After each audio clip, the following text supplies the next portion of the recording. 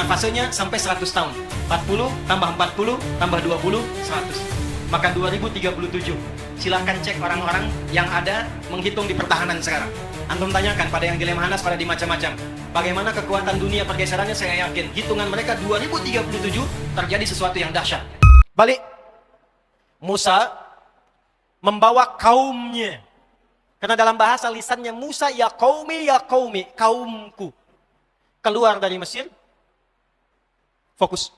Fir'aun ditenggelamkan oleh Allah di Laut Merah, persis di depan mata Musa dan semua pengikutnya. Musa ditemani oleh saudaranya namanya Harun. Musa punya bapak namanya Imran. Bukan Imran yang bapaknya Maryam, tapi Imran yang lain. Ya, Imran punya anak 3, satu Musa, yang kedua Harun, yang ketiga perempuan namanya Maryam. Itu unik sekali. Makanya nanti ketika Maryam ibundanya Isa alaihissalam mengandung dan melahirkan, karena diizinkan oleh Allah, maka dituduh oleh kaumnya, ya ukhta Harun. Itu kalimat majas untuk memberikan kesan, kamu kan orang soleh, perempuan soleh seperti Maryam dulu yang soleha, yang punya saudara namanya Harun. Kenapa kamu menyimpang? Kenapa kamu berzina? Itu ditemukan nanti di surat Maryam. Balik ke sini. Musa dan Harun membawa kaumnya ini yang telah keluar dari kejaran dan perlakuan serta kekejaman Fir'aun, selesai keluar dari Mesir. Sebelum saya sampaikan sampai ke titik ini, saya ingin terangkan satu hal yang penting dulu. Saya mau tanya pada Anda sekalian. Pernah ada yang tahu nggak berapa jumlah umat Nabi Musa, kaumnya Musa yang ikut dengan Nabi Musa keluar dari Mesir pada saat itu? Berapa jumlahnya? Gampang, jumlahnya banyak. Itu aja ya, kalau pusing. Jumlahnya banyak. Saya tuliskan misal, permisalan 100 orang. Misal saja. Ini telah mengalami sisa-sisa penjajahan, perbudakan, penindasan, tekanan. Saya tanya pada Anda, punya beban psikologi nggak? Punya kenangan nggak? Punya memori nggak? Saya tanya pada Anda, 100 ini adatnya sama tidak? Karakternya sama nggak? Sifatnya sama nggak? Sifat mereka berbeda, karakternya tidak sama, dan mereka menyimpan memori yang berbeda. Ada yang yakin dengan kenabian Musa dan Harun, ada yang taat dengan Musa dan Harun, tapi yang ada pengen ikut-ikut aja, yang penting selamat dari Firaun. Ingat ya? Yang penting selamat dari Firaun. Tapi yang Anda jangan lupakan, penjajahan, penindasan, perbudakan, genosida, itu akan melahirkan luka sosial dan psikologi yang sangat dalam. Lebih dalam daripada diputuskan cinta. Ingat baik-baik. Ingat baik-baik. Dan seringkali ketika mendapatkan kenyamanan, justru pengalaman ditindas itu dipakai untuk menindas orang lain lagi. Kalau nggak percaya gini nih, dulu saat kita berjuang nih, Bung Tomo berjuang, pahlawan kita berjuang, dari Kiai Hasim dari Jombang itu punya sayap militer, Panglima Resimennya Kiai Haji Hashim Asy'ari. Di Jawa Tengah, itu masuk nanti Mr. Kasban singgah di Mejo. Sampai ke Jawa Barat, Kiai Haji Nur Ali itu. Ya, semua berjuang. Tapi kalau kita baca sejarah, bukankah di era perjuangan itu ada pengkhianatnya? Ya. Lihat pola Belanda pada masa itu. Ada divide et impera, pemecah belah. Ada manipulasi, ada penipuan, ada mengambil hak tanpa dibenarkan. Saya kemarin baru dari Belanda, kemudian mampir ke Delft. Tahu Delft? Ya, itu lampu merah sonoan dikit tuh. Ya. Di Delft itu tempatnya company. Bahasa kitanya. Bahasa Inggrisnya company. VOC. Ternyata mereka itu kumpulan sebagian dari Yahudi yang membentuk konsorsium untuk mendapatkan sumber rempah-rempah. Itu ternyata, maaf, kantornya kecil sekali. Saya punya dokumentasinya. Cuman gudangnya besar. Kumpulan mereka itulah yang menggerakkan. Kemudian mereka datang ke tanah air, sampai dengan ke Nusantara, sampai kemudian mempraktekkan penjajahan yang membackup pemerintah Belanda. Jadi yang membangun Belanda itu hasil pajaknya dari VOC. Berapa yang didapatkan dari VOC itu? Yang saya mau katakan, dulu waktu VOC datang, pengkhianatnya ada nggak di sini? Ada. VOC waktu itu mengadu domba tidak? Adu domba. Menipu tidak? Menipu. Pangeran Diponegoro kan ditipu. Ya kan? Mengagresi tidak? Mengagresi. Sekarang kita telah merdeka. 17 Agustus tahun 1945. Kita merdeka sampai dengan sekarang. Pertanyaan saya, ada nggak perilaku-perilaku anak negeri yang nggak jauh beda dengan perilaku penjajah masa lalu? Yang menipu ada? Ya? Yang memecah belah ada? Yang memanipulasi ada? itu yang saya maksudkan. Luka sejarah yang lama itu seringkali memberikan kesan sehingga tanpa sadar dipraktekkan pada generasi berikutnya. Inilah yang terjadi, penindasan pada era Firaun yang saya garis bawahi dengan beberapa poin ini yang akan terbawa oleh beberapa generasi yang ikut Musa ini, sehingga perilaku itu yang melekat pada mereka yang dipraktekkan di kemudian hari. Ini saya kotak ini. Ini nggak akan saya hapus, dan tolong jangan dihapus kalau saya minta hapus ini. Ya. Keluar dari Mesir, selesai. Maka perintahnya dari Allah Subhanahu wa taala, 1, Musa ambil wahyu, 10 perintah, 10 commandment. Masuk ke Tur Sinai sekarang, wilayah Mesir. Sudah 40 hari, 40 malam. Apa yang terjadi? Tadi kan saya katakan, dari yang banyak ini taruhlah 100 orang, kan nggak semuanya sama. Ada yang taat sama Musa dan Harun, ada yang ikut-ikutan, ini mulai menyimpang. Harun, ini Tuhan yang nyelamatin kita, mana wujudnya? Nggak seru bertuhan nggak kelihatan. Ya, tolong dong tampakkan supaya kita bisa kreatif dikit, nikmat ngelihatnya. Maka muncul kemudian kreativitas itu dari Samiri. Bid'ah pertama yang dilakukan pada masa itu. Samiri membuat Tuhan-Tuhanan, makanya nanti kalaupun mereka mengklaim masuk surga, surganya surga-surgaan. Ya? Tuhan-Tuhanan dari lembu, kemudian disembah dan sebagainya. Singkatnya, keluar Musa, turun, marah melihat itu, dihancurkan semua. Lalu 70 orang dipilih oleh Musa yang baik-baik. Makanya saya tulis 100. Yang tadi selesai. Kalian ini bagaimana? Belum basah, belum kering tapak kaki kalian. Dari keselamatan yang Allah berikan dari Firaun itu sekarang sudah menyimpang dari Allah. Marah Musa. Bahkan saudaranya ditarik jenggotnya tuh. Kamu kerjanya apa, Harun? Kata Harunnya, Musa, jangan begini. Khawatirnya kita jadi fitnah nanti. Ya? Maka ketika tenang Musa itu, apa yang terjadi kemudian? Quran surah ke-7 ayat 155. Quran surah 7 ayat 155. Musa memilih 70 orang. Sab'ina rajulan. Di bawah 70 orang ini yang soleh-soleh, limiqatina, untuk minta tobat kepada Allah Subhanahu wa taala. Ya Allah, aku akui mereka memang salah. Tapi engkau kalau mau hukum, ya hukum saya sekalian di sini. Dengan hamba-hambamu yang soleh. Ya kan? Perhatikan cara Nabi itu kalau memohon itu dengan menggunakan kalimat menyentuh sehingga sulit kemudian ya untuk ditolak. Sulit untuk ditolak. Kalau rahmat pasti diberikan, kalau permintaan pasti dikabulkan. Maka apa yang terjadi? Allah sampaikan, yang salah tetap dihukum, yang baik-baik diberikan kebaikan. Maka ketika diterima taubat mereka itu, mereka mengatakan, inna hudna ilaika. Ayat 156-nya. Paling kiri sebelah atas. Quran surah 7 ayat 156. Inna hudna ilaika. Hudna, kami kembali tobat kepadamu ya Allah untuk mendapatkan dan mengikuti petunjukmu. Hudna. Kata dasarnya, pelakunya disebut dengan hadu. Sifat keadaannya disebut dengan Yahud. Orangnya disebut dengan Yahudi. Ketemu Yahudi sekarang? Bani Israel sudah ada? Yahudi sudah ada? Baik, jadi hudna ilaika. Orang-orang yang bertobatnya disebut dengan hadu. Hadu di Quran surah kedua ayat ke-62. Innalladzina amanu walladzina hadu wan nasara, dan seterusnya ayat. Al-Yahud pertama ditemukan di Al-Baqarah ayat 120. Walan tarda ankal yahudu walan nasara hatta tattabi'a millatahum. Ini asal katanya. Ada yang membaca dari garis silsilah disambungkan ke Yahuda ke sini. Jadi Yahudi itu umatnya generasi yang tersambung sampai ke Nabi Musa, sampai ke kini, yang kalau ditelusuri generasinya ke sini, ke Yahuda. Jelas? Tapi yang lebih kuat, karena generasi ini sudah selesai, sudah bercampur semuanya, sudah berbaur semuanya, secara DNA itu sudah semua menyebar, maka yang paling mudah dipahami timbangannya kembali kepada Al-Quran. Wa muhaiminan alaih. Ini. Hudna ilaih. Jadi Yahudi itu asalnya sifat, karakter yang menunjukkan komitmen untuk taubat. Yahudi itu orang taubat yang pengen baik lagi. Yang pengen tidak musyrik lagi. Yang tidak membunuh lagi. Yang tidak membunuh lagi. Yang tidak ngeyel lagi. Itulah Yahudi. Jelas sampai sini? Baik, kita temukan ini ya. Udah. Lalu apa yang terjadi? Diterima taubatnya oleh Allah. Lalu turunlah ayat 157. Saya terima tobat kalian semua, kata Allah. Mulai sekarang kalian ikuti petunjuk Musa ini, petunjuk Harun ini, sampai datang Nabi terakhir. Alladzina yattabi'una an-nabiy rasulan nabiyyal ummiyya.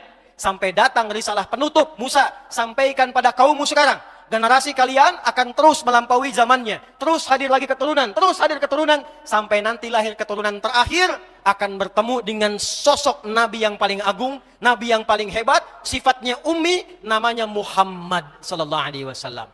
Maka disebutkanlah nama Muhammad dalam kitab mereka Taurat, sampai kemudian dilestarikan sampai ketemu di puncak Nabi yang terakhir sebelum kedatangan Nabi Muhammad sallallahu alaihi wasallam, yaitu Nabi Isa alaihi salam. Jadi nama Nabi Muhammad tersebut dalam Taurat, tersebut dalam Injil, tersebut dalam kitab-kitab sebelumnya.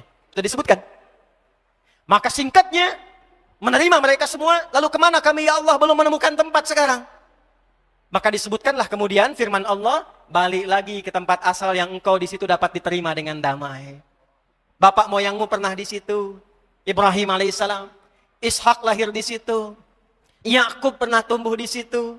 Hidup damai dengan orang-orang yang ada di sana, balik ke sana lagi. Maka dibimbing ya mereka itu semua untuk memasuki kembali bumi Palestina yang tadi sudah dihapus. Ke sini lagi. Al-Maidah dari ayat 21 sampai dengan 24. Ya, dari kanan dulu ke bawah. Ya qaumi dukhulul ardal muqaddasata allati kataballahu lakum. Wahai kaumku, kata Musa, ayo Allah sudah tetapkan nih tempat yang paling aman buat kita semua, dijamin damai dengan penduduk aslinya. Jadi ke situ itu bukan untuk menguasai, bukan untuk mengklaim itu negeri kami, bukan. Perintah Allahnya datang ke situ supaya bergaul dengan penduduk negerinya, yang memang mereka kakek moyangnya dulu pernah tinggal di situ, akrab dengan penduduknya. Kalau ke situ ngikuti sistemnya, ikut damai hidupnya, tenang di dalamnya, jangan bikin ulah lagi. Bukan diminta untuk mengklaim ini tanah engkau, bukan. Nggak ada begitu. Ya, jadi hoax kalau ada klaim demikian. Jelas ya? Ya, kalau disebutkan, ya maaf, dalam kitab-kitab yang disucikan, saya tidak sebutkan namanya, Anda sudah tahu. Misalnya ada persepsi demikian, maka itu hoax yang paling populer di muka bumi saat ini. Ya, saya berani mengatakan demikian, karena di kitabnya juga tercantum seperti itu. Jelas sampai sini? Balik ke sini, belum selesai, sabar ya. Yuk berangkat. Apa komen mereka? Begitu Musa perintahkan, ya Musa inna fiha qauman jabbarin. Musa, nggak mau ah. Di sana banyak orang-orang kuat. Kuat mereka itu, hebat-hebat. Ya, qauman jabbarin, yang kuat, yang kokoh, yang hebat-hebat. Ada sebagian tafsir menyebutkan itulah suku Palestina. Palestina. Makanya kalau sekarang berjuang hebat-hebat, kuat-kuat, kokoh dan sebagainya. Dari dulu emang begitu. Musa nggak mau ah. Di sana sudah ada golongan kuat, hebat-hebat, keras mereka itu, kami nggak mau masuk. Yang paling dahsyatnya, lihat komennya di ayat 24-nya. Izhab anta wa rabbuka faqatila inna hahuna qa'idun. Kalau masih maksa, Musa, kamu aja dengan Tuhanmu, pergi dulu ke sana, taklukkan dulu Palestina, kalau sudah menang, kabari kami di sini. Kami duduk-duduk dulu, kalau udah menang kabari, baru kita masuk sama-sama. Tolong catat kalimat ini. Ini menunjukkan bahwa DNA dari Yahudi yang terbawa sampai umatnya Musa yang selamat itu tetap membawa sifat ketakutan yang dalam. Bahasa kerennya sekarang ada sifat pengecutnya. Ketakutan yang dalam. Saya tulis ya. 1, 2, 3, 4. 4. Penakut. Penakut. Makanya beraninya dari atas pakai pesawat. Bom, bom, bom, bom, bom. Nggak berani hadapan satu-satu.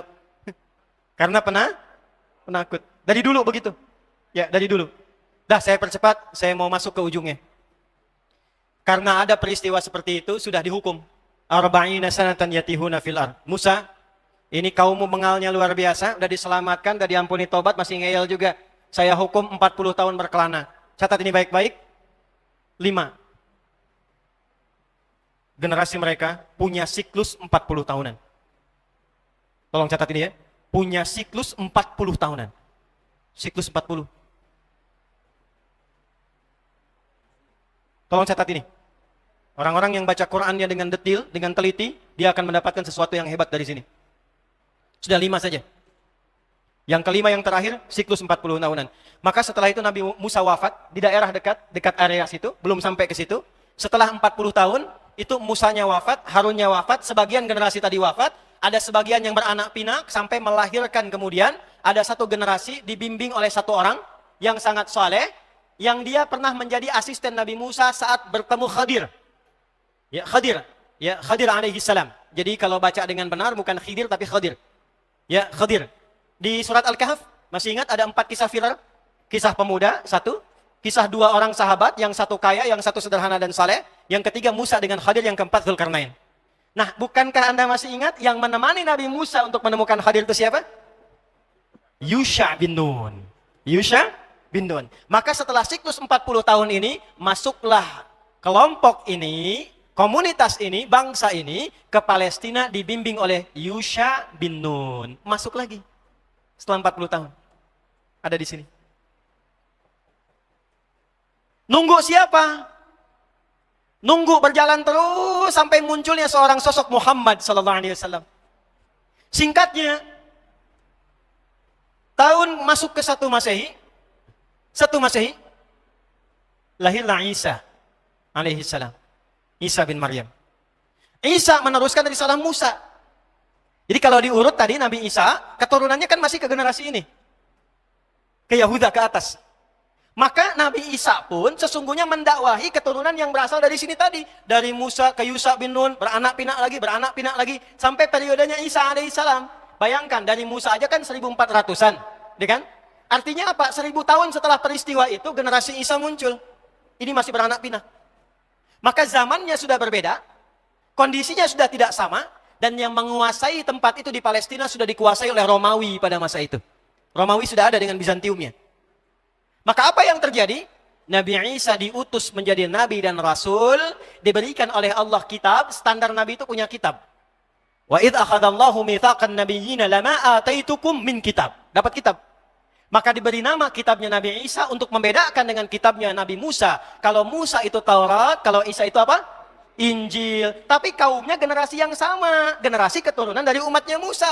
Karena kaumnya Musa, maka sama dengan sifatnya Bani Israel.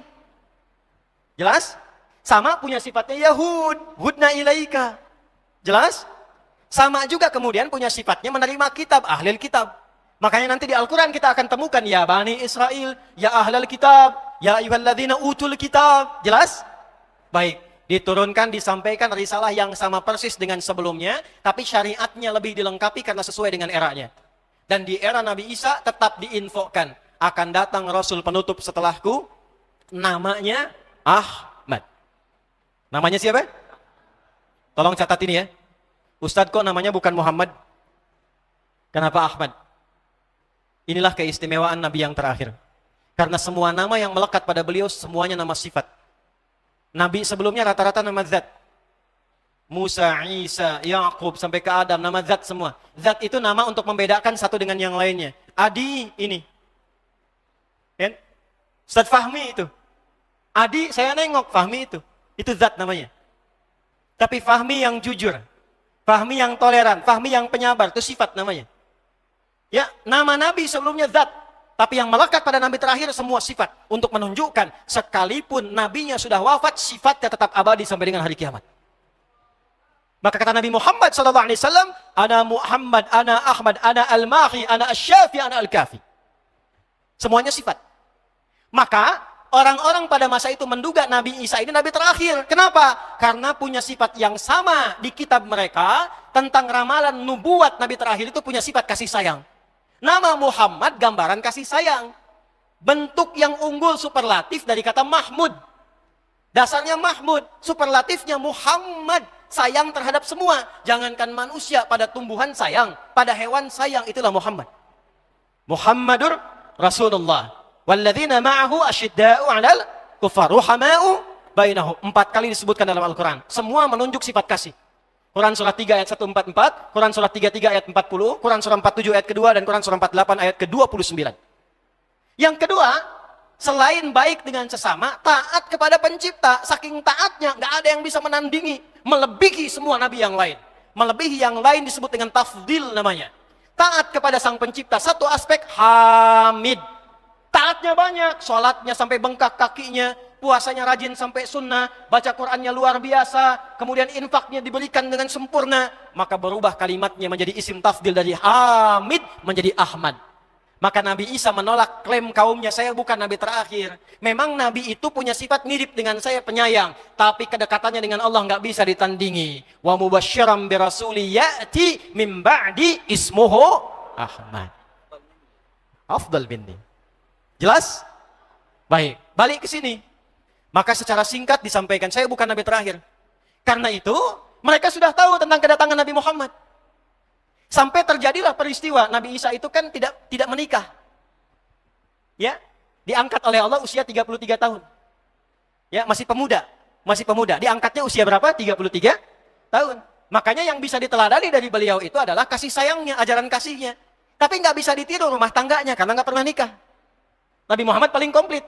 Nikah iya, pemimpin iya, ya, dan segala aspek lainnya. Secara singkat, Nabi Isa di eranya saja ketika mendakwahi, maka kaum-kaum nih, keturunan ini, yang tadi ikut dari generasi Musa, beranak pinak, masih saja mewarisi sifat-sifat yang tertanam secara psikologis dari sejak mereka ditindas oleh Firaun. Isa pengen begini, Isa pengen begitu. Nggak bisa, Tuhannya pengen begini, nggak bisa ikut kalian. Kalau memang nggak bisa, kamu mati sekalian. Dikejar. Seperti Nabi sebelumnya pernah dieksekusi. Nabi Zakaria itu dibunuh. Nabi Yahya itu dibunuh. Dan Nabi Isa pun dikejar untuk disalib dan dibunuh. Diselamatkan oleh Allah. Inni mutawaffika wa rafi'uka ilaih, di Ali Imran. Nabi Isanya diangkat, diserupakan di antara mereka, lalu kemudian itulah yang disalib. Secara singkat, orang-orang ini kemudian berkehidupan di situ, di bawah kekuasaan Romawi, berkembang, muncul ide kemudian. Bagaimana kalau kita berontak saja kepada penguasa ini? Maka dipakailah kemudian ide-ide kecil Firaun, bikin gerakan. Kuasai dulu dagangnya, bikin gerakan. Ketahuanlah oleh kaisar pada masa itu, namanya Kaisar Herodian, di tahun 135 Masehi. Sekarang kita sudah lewat Masehi. Ya, sebentar lagi selesai berarti. 135 Masehi, Kaisarnya Herodian. Karena ketahuan memberontak, maka hukum pada masa itu harus diselesaikan. Dikejar, dieksekusi, dihabisi. Maka mereka kemudian diusir, ditindas lagi, dikeluarkan lagi dari bumi Palestina. Keluar lagi dari sini. 135 Masehi. Nyebar kemana-mana tuh. Ternyata di tempat lain pun gak diterima. Ke Eropa diusir, sini diusir. Ya, sampai ke masa-masa berikutnya pun, ke negeri Eropa gak ada yang mau terima. Mereka punya satu harapan. Cuman satu yang bisa ngangkat kita dan jadi hebat lagi. Cuman satu yang bisa mengembalikan marwah kita, keagungan kita. Yaitu sosok Nabi terakhir yang diviralkan oleh Nabi kita Isa alaihi salam sampai ke Musa, sampai ke atasnya. Kita tunggu dan kita hadir di tempat Nabi itu akan hijrah saja. Lalu mereka bergeraklah datang. Kemana datangnya? Sebetulnya di kitab mereka sudah dijelaskan. Lahirnya akan lahir di tempat bukit, di satu lembah, bukit menghitam, bebatuan besar yang tiada lain adalah Mekah. Cuman di kitab mereka disebutkan Nabi ini akan dipersekusi, Nabi ini akan ditindas, akan diusir dari tempatnya. Dari mana tahu itu dikonfirmasinya? Dari keterangan Warakah, saudaranya Sayyidah Khadijah binti Khuwailid. Jadi beliau itu, Warakah itu, datang ke Mekah untuk menunggu Nabi terakhir lahir. Pekerjaannya nyalin Injil, nyalin. Di situ disebutkan Nabi terakhir ini punya ciri-ciri yang sangat jelas sekali. Sampai orang-orang pada masa itu lebih kenal ciri Nabi Muhammad dibandingkan dengan anak mereka sendiri. Kenal dengan Nabi dibandingkan anak mereka sendiri, tahu persis cirinya, saking viralnya. Maka apa yang terjadi? Nih saya garis bawahi, karena sifat mereka yang penakut yang keempat. Gak mau ke Mekah. Kalau nunggu Nabi di Mekah berarti nanti berpotensi ditindas lagi, diusir lagi. Mendingan kita nunggu di Yathrib aja, karena hijrahnya akan ke Yathrib. Kan di situ nggak ditindas lagi. Maka berangkatlah mereka ke utara Yathrib. Di utara itu daerah yang subur. Tuh, adat Yahudi begitu. Datang ke Yathrib. Ngambil utara. Yang utara itu yang suburnya. Ya. Yang selatan yang tandusnya. Yang selatan itu yang sekarang area Masjid Nabawi dan sekitarannya. Nanti saya cerita. Tapi mereka datangnya ke utara, ke sini. Bayangkan, nggak mau berjuang bersama Nabi, nggak mau bantu Nabi, pengen nunggu Nabi aja nanti kalau sudah kuat datang ke Yathrib. Yang akan membangun kota, mimpin umat. Persis sama dengan kelakuannya seperti era Nabi Musa. Musa, Anda aja yang pergi dengan Tuhan Anda ke sana, kalau menang kabari kami ikut. Persis sama. Maka saking mereka ingin nyamannya dan tidak ingin terganggu lagi, ngambil daerah yang utara yang subur, di selatan ini nanti akan diisi oleh orang-orang yang datang dari Yaman. Ada 2 suku besar nanti, Aus dan Khazraj. Mereka berdagang, sukses, bagus, kaya, dan Yahudi ngambil yang utara. Saking traumanya dengan perjalanan sejarah masa lalu, maka mereka mulai menetapkan pada masa itu, supaya nggak diganggu lagi, supaya tidak diserang lagi, kita bikin strategi seperti Firaun punya benteng.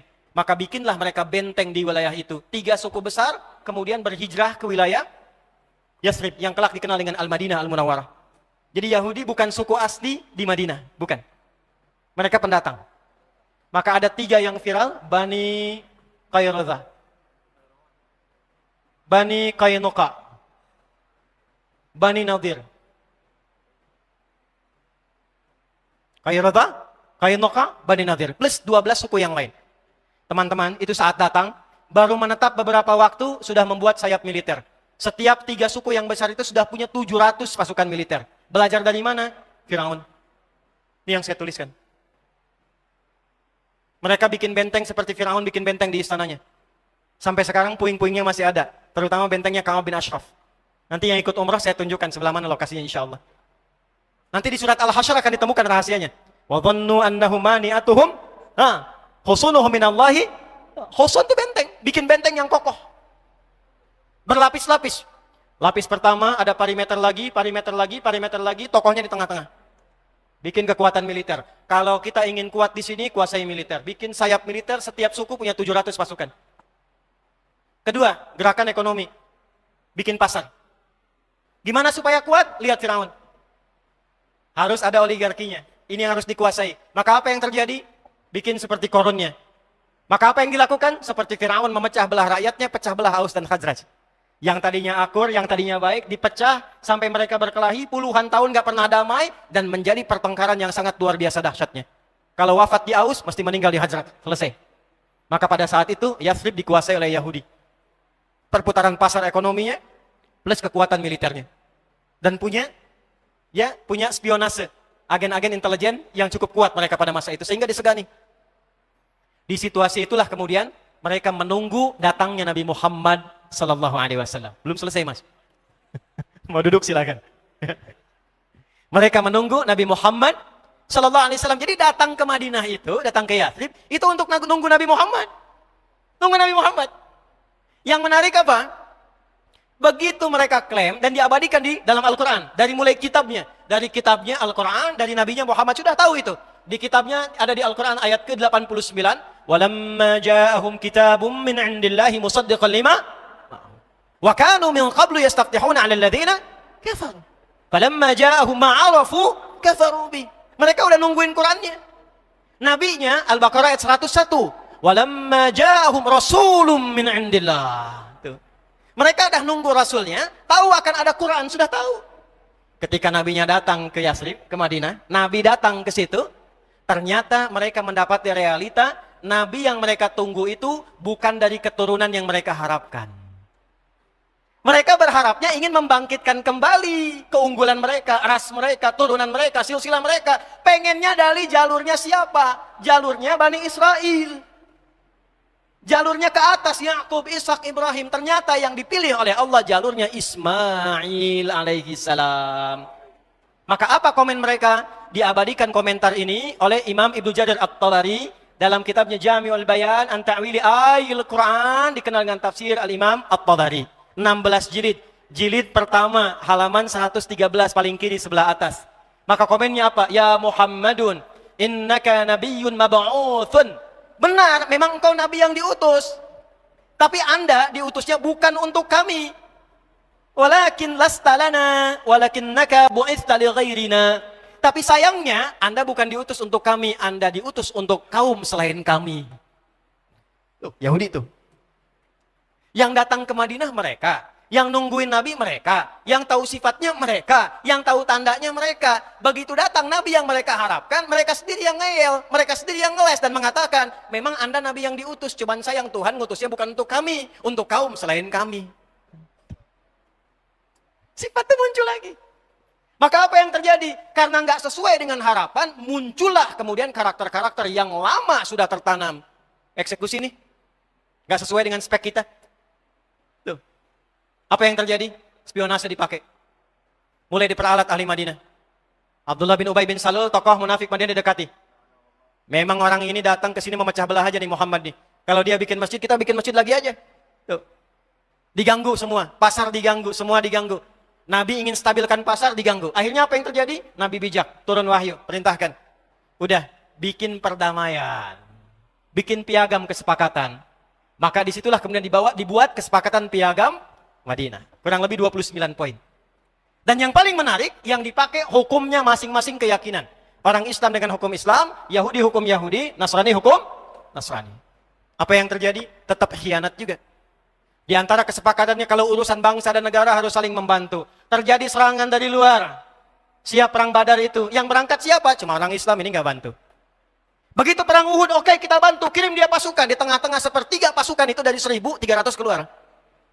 Puncaknya apa?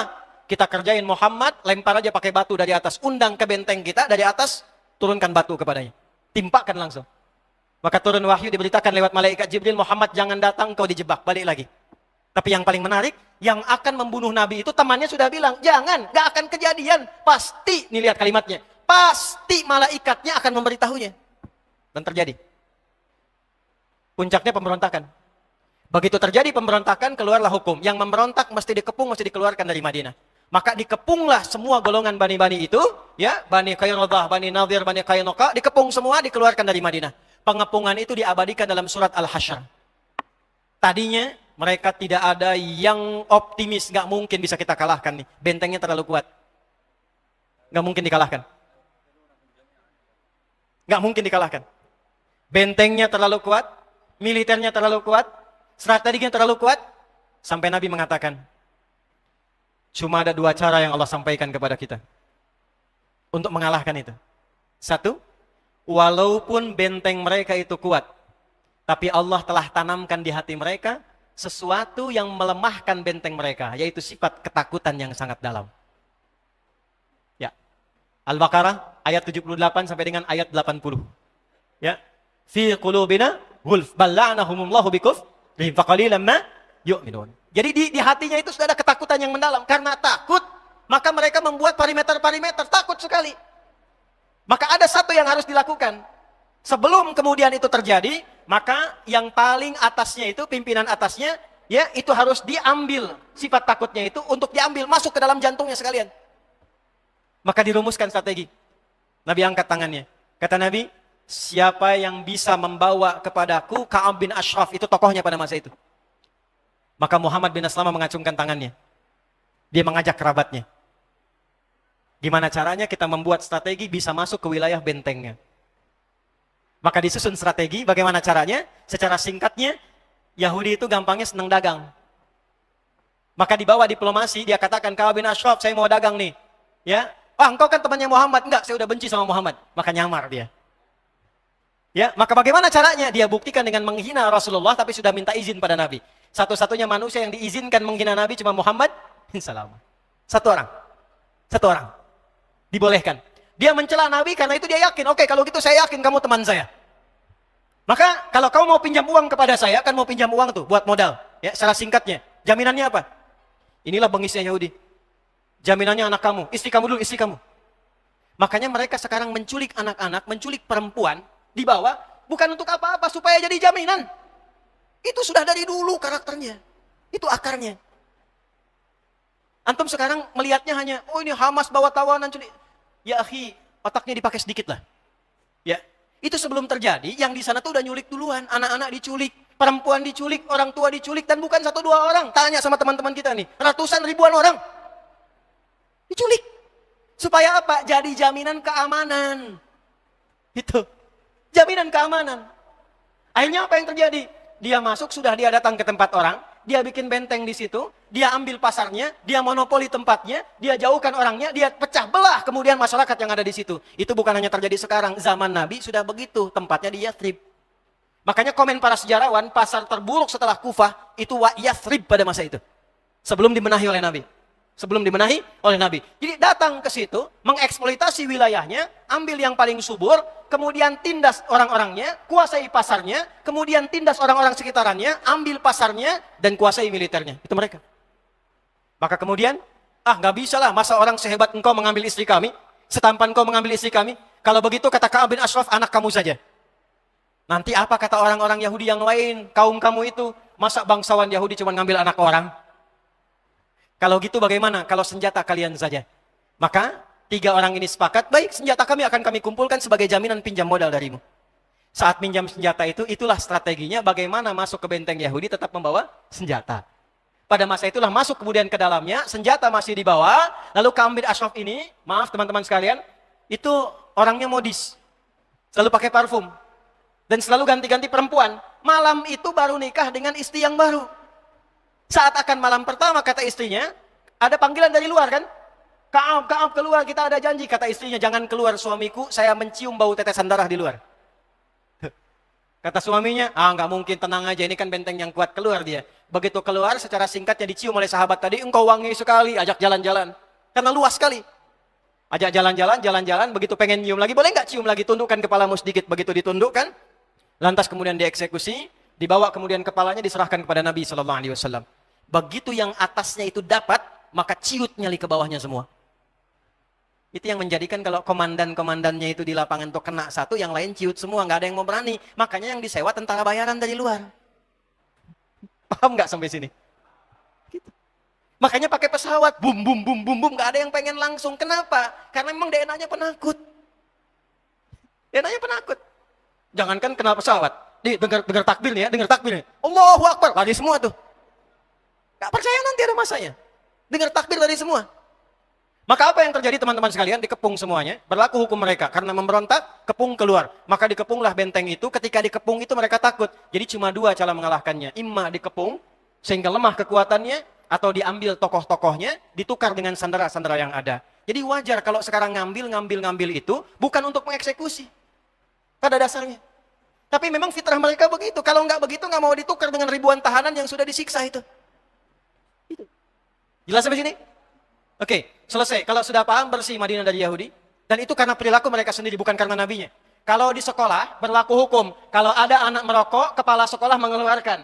Tiba-tiba ada satu anak merokok, kepala sekolah mengeluarkan. Pertanyaan saya, dia dikeluarkan oleh kepala sekolah, dari sekolah itu, apakah karena kepala sekolahnya atau pelanggarannya?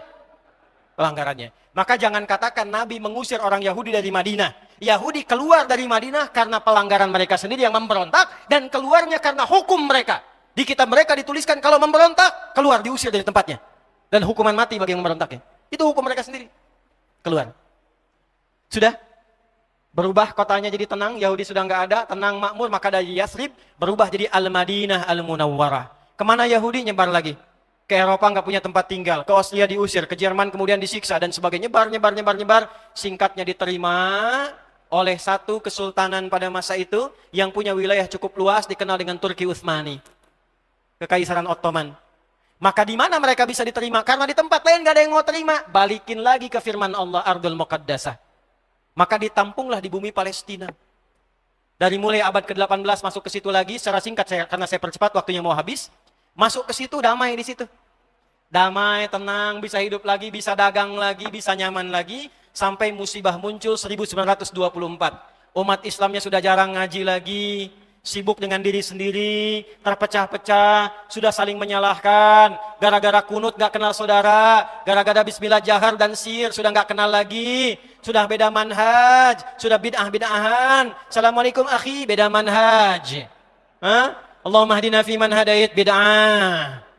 Karena umat Islamnya lemah, terpecah-pecah, sibuk sendiri, saling merendahkan, jauh dari Al-Quran, i'tisamnya hilang, ukhuwahnya terpecah, maka kelemahan itu dibaca oleh orang-orang yang tidak suka dengan kedamaian. Maka yang terjadi apa? Mereka berkembang lagi. 1924, habis semua, hilang. Yahudi melobi, dia kuasai ekonomi dulu kembali ke awal. Ekonomi dikuasai. Sampai punya lobi yang kuat mengendalikan pemerintahan dunia. Inggris diminta dibuat perjanjian Balfour secara cepat. Tiba-tiba dibagi-bagi. Turki Utsmani kalah, masuk kemudian ke situ. Cerdasnya pada masa itu, cerdasnya Sultan pada masa itu, beliau mewakafkan wilayah Ardul Muqaddasah sebagai wakaf agama. Yang sekarang otoritasnya Yordania menjaga itu. Dulu orang Islam menjaga di bumi Palestina. Jaga betul. Maka apa yang terjadi? Setelah mereka masuk dipecah. Terjadilah bencana Nakbah 1948. Maka cara masuknya persis sama ketika masuk ke Madinah. Persis sama yang dilakukan oleh Fir'aun. Pecah belah dulu bagi dua wilayahnya. Masuk ke tengah-tengah, putus hubungan antara utara dengan selatan. Barat dengan timur. Putuskan dulu. Maka dibagi dua kemudian oleh mereka. Secara cepat saja dibagi dua wilayahnya. Mereka masuk ke tengah dari kecil. Yang lain masih sadar, masih protes. Maka tahun 1967 terjadi kemudian protes dari 3 negara. Aksi militer keluar. Maka Yordania, Mesir, Syria mengeluarkan kemudian kekuatannya. Tapi backupnya sudah kuat dari luar. Waja'alnakum aktsara nafira. Ya, di surah Al-Isra. Di ayat yang ke-6 itu. Ya, maka mereka sudah punya aliansi, sudah punya koalisi. Maka sebelum bergerak, pangkalan udaranya dibom, dihancurkan. Cuma 6 hari habis semua. Maka karena habisnya itu, Suriah diambil wilayahnya dekat Palestina, dataran tinggi Golan. Di situ ada Bukit Zion. Ya. Kemudian yang dari Yordania diambil, tepi baratnya, Ramallah diambil. Ya. Kemudian yang dari Mesir diambil 2 bagian, Sinai dengan Gaza. Dikuasai. 1967. Maka beberapa bulan setelah itu berkumpullah 8 negara di bulan September. Bertempat di Sudan. Beberapa negara Arab plus Afrika. Afrikanya ada Mesir dengan Sudan. Maka Saudi datang ke sana, Yordania datang ke sana, Syria datang ke sana. Mereka mengeluarkan apa yang disebut dengan resolusi Khurtum. Resolusi Khurtum. Poinnya 7. Yang 7 ini disingkat jadi 3 yang pokok. Disebut dengan La'atul Thalath. 3 nouns, 3 penolakan. 3 penolakan. Ya, tidak mengakui Zionis, Yahudi. Tidak ada damai dengan Yahudi. Dan tidak pernah membangun hubungan diplomatik dengan Yahudi. Siapa Yahudi yang dimaksud di sini? Itulah yang dimaksud gerakan baru. Bukan Yahudi pada umumnya, bukan. Jadi orang-orang ini yang ketika di era Nabi terpencar, di masa Utsmaniyah ditampung, ketika itu lemah, mereka mulai muncul khayalan tingkat tinggi lagi. Sudah, Nabi sudah nggak ada yang diharapkan. Sekarang kita ingin membangun kekaisaran Solomon saja. Bikin Solomon Temple yang baru. Bangkitkan lagi. Sudah nggak ada sekarang nabinya, yang tinggal ditunggu Dajjalnya. Mesiahnya yang datang. Maka harapan mereka untuk mempercepat itu semua dan mereka bisa kokoh kembali seperti harapan mereka harus membangun kekuatan besar untuk membangun kedigdayaan lagi. Maka apa yang harus dijadikan klaimnya? Klaimnya apa? Objeknya apa? Tidak ada yang lain kecuali kuil Sulaiman. Karena itu adalah raja yang paling hebat dalam era sejarah mereka. Bisa menaklukkan awan, bisa bicara dengan binatang dan sebagainya. Maka ditandai situsnya, 1. Yang kedua, ini gimana cara ngajak lain-lain supaya datang ke sini? Kan nggak mungkin kalau dipaksa datang saja. Maka dibawa dengan ajakan, kita bangkit kembali seperti nabi-nabi kita yang hebat yang ada di Bukit Zion. Maka muncullah aliran membawa kepada arah Zion yang disebut dengan Zionisme. Sifatnya disebut dengan Zionis. Jadi yang sekarang bergerak ke Palestina itu, yaitu adalah gerakan Zionis. Kalau Yahudi pada umumnya terbagi-bagi beragam. Ada yang masuk Islam, ada yang damai hidup dengan umat Islam. Yang sekarang itu yang ini. Yang genealoginya ke atas tuh, genealogi konflik. Yang mewarisi sikap-sikap Firaun. Makanya wajar ketika mereka membawa sifat Zionisme, resolusi Khurtum kemudian terjadi, 1967, sepakat semua negara Arab, Palestina masih dibebaskan lagi. Maka mereka perluas di belah tengahnya seperti Firaun melakukannya. Ini lihat. Boleh pinjam penghapus saya aja biar cepat. Ini bagian terakhir. Ya, saya akan berhenti. Ini Palestina. Dah? Ini tepi barat. Ya, yang dekat ke Jordan. Ramallah, Al-Quds, wilayah sini.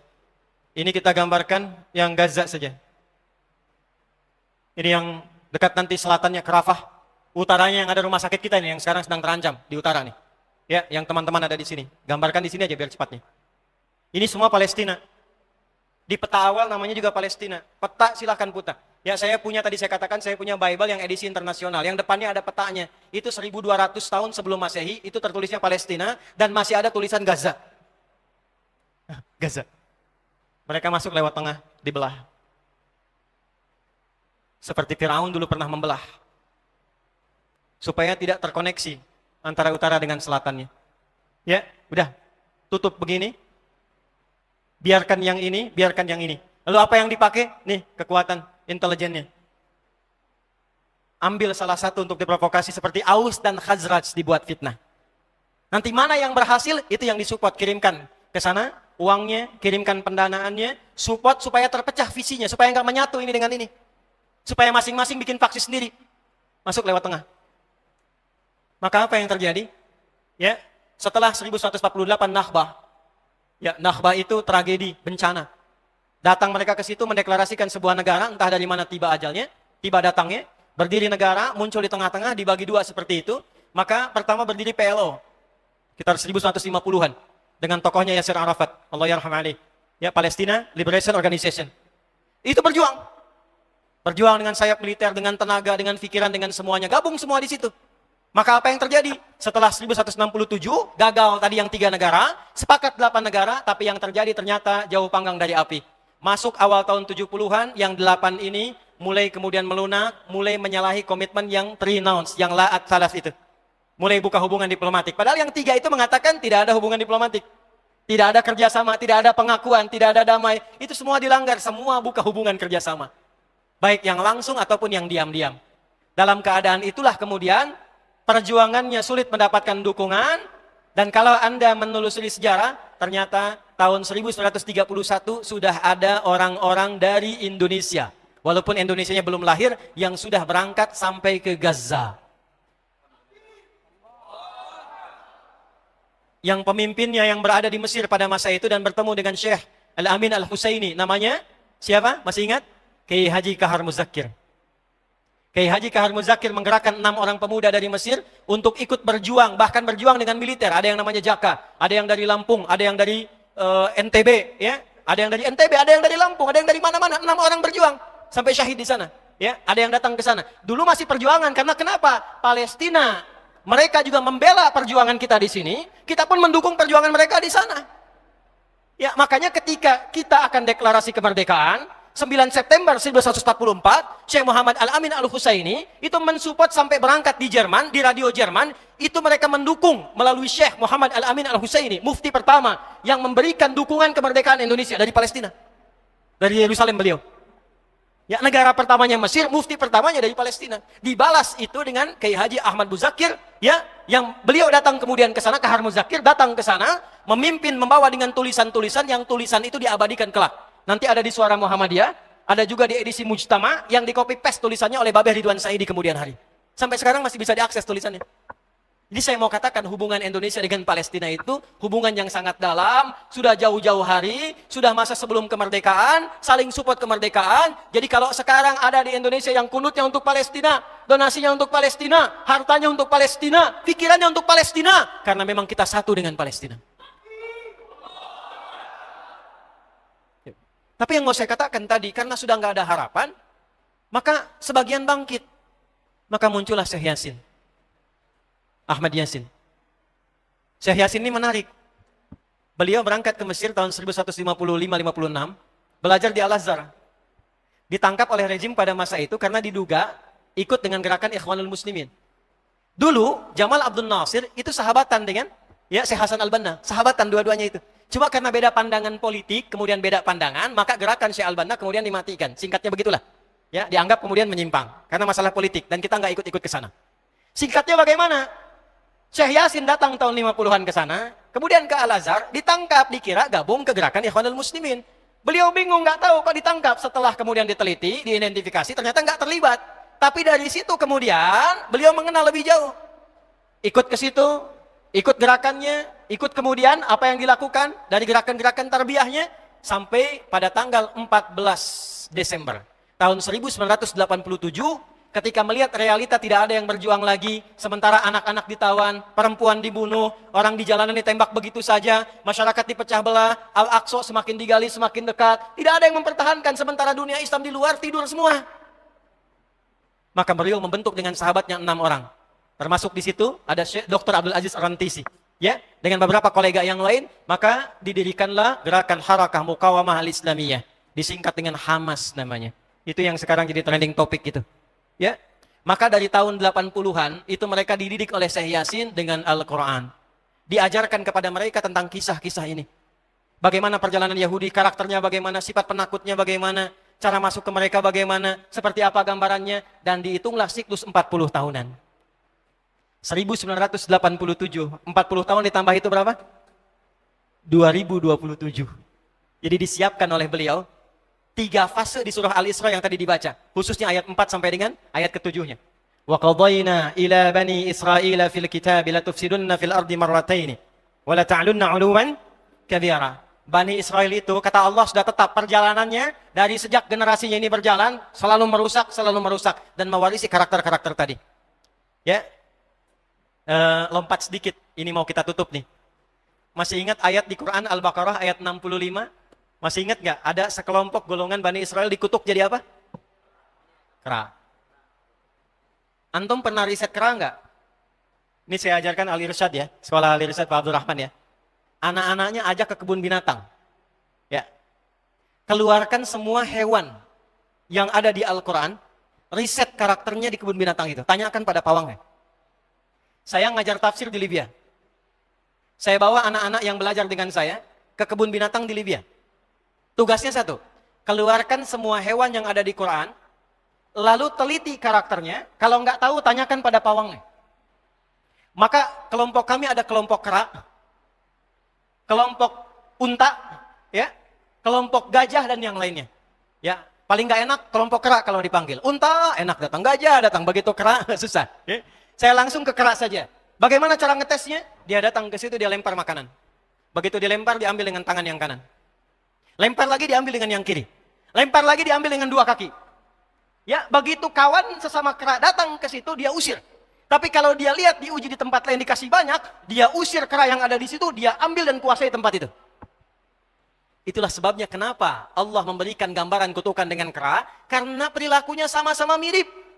Kalau melihat kenyamanan, datang ke situ, keluarkan penduduk asli yang di situ, ambil semua barangnya, kalau ada yang mau protes, habisi semua. Kera. Itu. Nggak percaya silakan cek. Ya, silakan cek. Maka apa yang terjadi? Kerusakan akan terus dibangun sampai ada kemudian ketiga fase. 3 fase ini sudah selesai 2, sekarang masuk yang ketiga. Maka yang ketiga ini fa idza jaa wa'dul akhirati. Maka jika datang janji Allah yang terakhir untuk mereka. Apa fase yang ketiga ini? Ada 3 bagian lagi. 1, liyasu wujuhakum. Yang kedua, waliyadkhulul masjida kama dakhaluhu awwal marrah. Yang ketiga, waliyutabbiru ma 'alau tatbira. Ya. 1 sekarang sedang diperlihatkan, liyasu wujuhakum. Persis sekarang orang-orang itu seperti di era Nabi yang membayangkan hingga bisa ditembus, bentengnya kokoh, intelijennya kuat, sadapannya di mana-mana. Tapi ternyata dunia yang melihat kokoh itu ditunjukkan oleh Allah hanya dengan bahasa mereka. La syirdimatun qalil. Ini bahasanya Firaun. Ini kan cuma ormas kecil, nggak sebanding. Ormas kecil yang nggak sebanding ini ternyata telah bisa mengintersep semua bagian-bagian itu. Dia bisa tembus bentengnya, dia masuk ke dalamnya. Liyasu'u wujuhakum. Tujuannya bukan untuk menunjukkan mereka mampu, bukan. Untuk menggugah dunia kalian kemana saja. Yang kalian anggap itu hebat, itu mampu, itu dahsyat, ternyata bisa ditembus, dipermalukan di wajah dunia. 1. Janji Allah tiba. Kedua, waliyadkhulul masjida kama dakhaluhu awwal marrah. Nanti ada fase kedua, setelah ini terjadi, selesai fase kedua, masuklah ke wilayah Masjidil Aqsa. Kembali lagi milik kita itu. Dihitunglah fasenya 40 tahunan. 1987, fase pertama sekarang berjalan, ditambah 40 berapa? 2027. Itulah fase yang kedua, saat diharapkan paling puncaknya Masjidil Aqsa bisa kembali lagi. Nah, ini bukan main-main. Hitungan fasenya. Antum lihat video viralnya Syekh Ahmad Yasin itu ketika menjelaskan itu. Saya tahu betul itu. Ya. Beliau hitung itu. Ya, 2027 ke 2028. Dan puncak akhirnya waliyutabbiru ma 'alau tatbira. Hancur semua, terjadi perang dahsyat. Hitungan saya sih tambah 20 tahun. Karena fasenya sampai 100 tahun. 40 tambah 40 tambah 20 100. Maka 2037. Silahkan cek orang-orang yang ada menghitung di pertahanan sekarang. Antum tanyakan pada yang di Lemhanas, pada di macam-macam. Bagaimana kekuatan dunia pergeserannya, saya yakin. Hitungan mereka 2037 terjadi sesuatu yang dahsyat. Gerbangnya sampai 2040, di atas 2040 itulah generasi emas akan muncul. Makanya Indonesia masuk generasi 2045. Itu sudah dihitung. 2030 pembukanya. Makanya sekarang punya visi 2030 semua. Saudi visi 2030, Rusia, Cina, Afrika Selatan, Brazil visinya 2030 dengan bikin bridge itu. Semua visinya ke sana. Dan yang paling dahsyat, hitungan itu secara spesifik, isyaratnya sudah ada dalam Al-Quran. Dan ini bukan ilmu utak-atik, bukan viral TikTok. Ingat. Ini sudah sejarah yang berlangsung, dari penelitian masa lalu. Maka wajar kalau sekarang mereka takut dikepung. Kenapa? Karena ketika Hamas datang dengan pasukannya darat, laut, udara, itu mempraktekkan surat Al-Hasyr yang sudah mereka pelajari bertahun-tahun. Datang lewat darat, lewat laut, lewat udara. Takut mereka semua. Maka dikontaklah kemudian kolega-koleganya. Datanglah kapal induk 2 dari Amerika. Satu lagi datang, Inggris datang, kemudian Kanada datang, Jerman siapkan pasukan. Kenapa? Karena trauma dengan pengepungan. Satu. Ya, cuma satu itu saja. Ya, sekarang apa yang harus dilakukan? Doa yang terbaik. MUI sudah bikin fatwa, baru saya lihat fatwanya hari ini tuh. Fatwa nomor 83 tahun 2023. Kita nggak bisa berangkat ke sana, ya, jangan main-main. Jangan potong-potong video saya. Nggak boleh berangkat sembarangan karena gerbang pun ditutup. Antum belum nyampe udah mati duluan. Hah? Nggak boleh keluar tanpa izin pemerintah karena ada qadhi yang paling atas. Tidak. Ya, yang kita lakukan ada 3 bagian. 1 doa. Yang kedua yang bisa kita mampu, kemarin alhamdulillah kita kirimkan bantuan kemanusiaan. Semua kompak. Ya, perlu Palestina sekarang yang menderita untuk menyatukan Indonesia. Presiden, menteri, ulama, macam-macam kumpul kirim bantuan. Apakah untuk kompak dan damai itu perlu penderitaan Palestina untuk menyatukan kita? 2 sudah. Yang ketiga, fatwa MUI sekarang. Produk-produk yang dijual di dunia ini, yang hasilnya diperbantukan pada agresi Zionis, maka fatwa keluar MUI sekarang. Haram hukumnya bagi umat Islam untuk mengonsumsinya. Allahu Akbar. Dan saya ikut fatwa itu. Bikin listnya, viralkan dari sekarang. List. Makanan-makanan, barang-barang, semua yang dijual dari sana jangan konsumsi lagi. Jangan beli lagi. Itu tekanan yang terbaik untuk melahirkan kedamaian saat ini. Kita tidak ingin ada rumah sakit, gereja, masjid, dibom lagi, dihancurkan lagi. Caranya gampang, tekan semuanya sampai selesai. Ya, itu yang bisa kita lakukan. Karena itu, kalau ingin mengatakan kesimpulannya akar konflik di Palestina, maka kembali kepada hayalan para Zionis itu, hayalan mereka, yang mereka menduga bahwa dengan menghadirkan kekuatan militer, kekuatan ekonomi menguasai dunia, dengan mengeksploitasi area Masjidil Aqsa untuk bisa mendatangkan kekuatan dan kedamaian. Yang terjadi justru sebaliknya. Itu akar konfliknya yang mengarah kepada masa-masa yang lampau. Ini saya kira yang bisa saya terangkan dalam durasi kurang lebih hampir dengan 3 jam ini. Mudah-mudahan ada manfaat yang bisa kita dapatkan. Mohon maaf kalau ada hal-hal yang kurang berkenan. Dan mohon maaf kalau saya tegas menyampaikan beberapa bagian. Karena itulah kehidupan. Pada akhirnya kita akan kembali kepada Allah Subhanahu wa Ta'ala. Mudah-mudahan hidup kita mulia dan wafat seluruhnya dalam keadaan syuhada. Amin. Allahumma taqabbal minna innaka antas sami'ul alim. Wa tub alaina innaka antat tawwabur rahim. اللهم يا أرحم الراحمين لا تدع لنا في مقامنا هذا ذنبا إلا غفرته ولا هما إلا فرجته ولا دينا إلا قضيته ولا مريضا إلا شفيته ولا حاجة من حوائج الدنيا والآخرة فيها لك رضا وفيها لنا الصلاح إلا قضيتها يا أرحم الراحمين. اللهم انصر إخوتنا في فلسطين وزد قوة المجاهدين فيه يا رب العالمين. اللهم زد قوة المجاهدين في فلسطين. اللهم انصر إخوتنا في فلسطين واصبر أهليهم يا رب العالمين واجعل أمواتهم شهداء وأحياهم يا الله مجاهدين في سبيلك يا رب العالمين. اللهم يا أرحم الراحمين. اللهم يا خير الناصرين. اللهم يا رب العالمين زد قوة المجاهدين يا رب العالمين ودمر أعداءك أعداء الدين يا أرحم الراحمين. اللهم خفف حسابنا يوم القيامة أن ضعفنا في نصرة إخواننا في فلسطين وضعفنا يا الله في تحرير الأقصى يا رب العالمين. ربنا آتنا في الدنيا حسنة وفي الآخرة حسنة وقنا عذاب النار. وحد صفوفنا يا رب العالمين وجنبنا من التفرقة يا رب العالمين واجعلنا من أمة سيدنا محمد صلى الله عليه وسلم وألحقنا مع الذين أنعمت عليهم من النبيين والصديقين والشهداء والصالحين وحسن أولئك رفيقا. وصلى الله على سيدنا محمد وعلى آله وصحبه أجمعين وآخر دعوانا سبحانك اللهم وبحمدك نشهد أن لا إله إلا أنت نستغفرك ونتوب إليك والحمد لله رب العالمين.